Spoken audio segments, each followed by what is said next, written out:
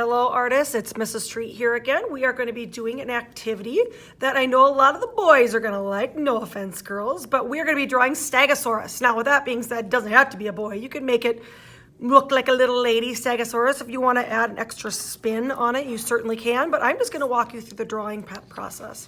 So you're going to need a white piece of paper or just any paper. Again, a scrap paper can do. You can write on the back of it. It's just fine. I'm going to be drawing with a Sharpie today, but I'm starting with a pencil just to get the first step done.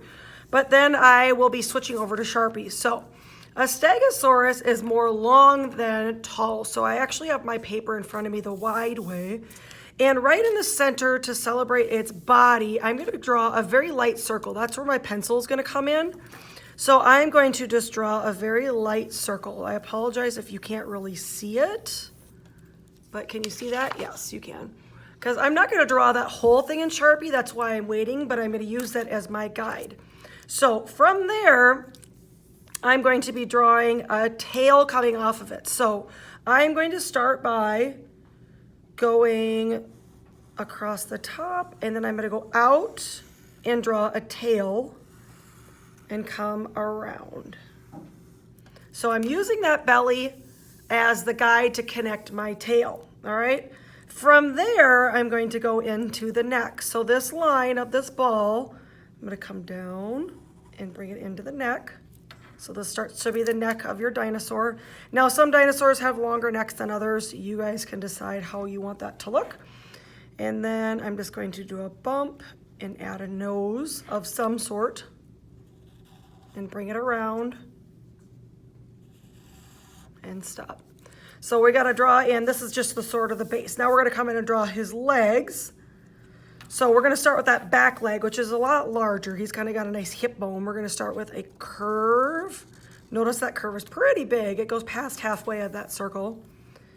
And I'm going to go a little bit past, and I'm going to do a curve the other direction. That's the part of his like thigh. Bring it back, come around, and then I'm just going to add some sort of foot. If you want to add little claws or something fancy, that's fine too. I'm going to repeat sort of that same shape just right along the edge so it looks like the other side of the foot from the other side of our dinosaur.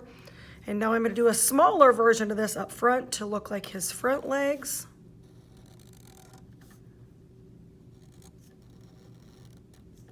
Coming into that foot again.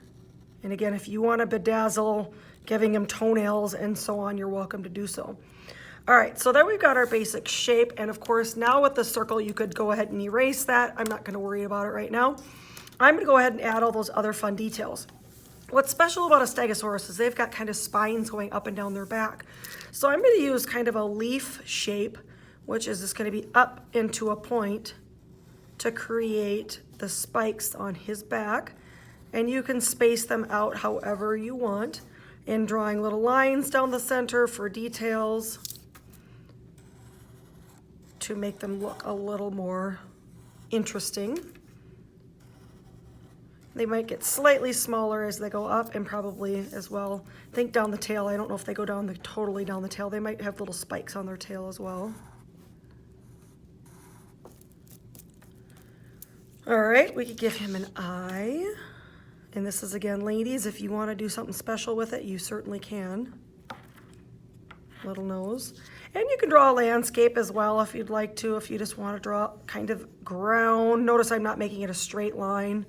We know that dinosaurs are extinct, but we can make it look like a little bit more of an interesting textured ground. Draw some rocks if you'd like. Maybe in the background you can draw a volcano or whatever you want to draw to add that interest in your environment for your dinosaur, whatever it is.